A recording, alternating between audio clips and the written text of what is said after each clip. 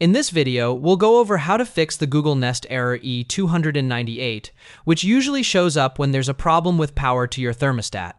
This error means your Nest isn't getting the consistent voltage it needs from your HVAC system, and it can stop your heating or cooling from working.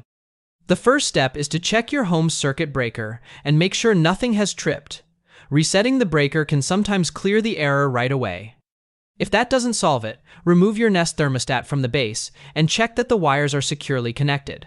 Loose or miswired connections are one of the most common causes of the E298 code. If you're using a system without a C-wire, you might need to install one or use the Nest power connector to provide stable power. Also, inspect your HVAC system to confirm it's running properly and not shutting down unexpectedly. Once everything is secure, reattach the Nest and it should boot up normally without the error.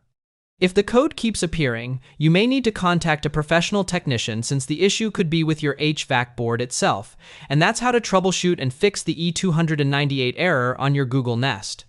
Thanks for watching, and don't forget to like and subscribe for more smart home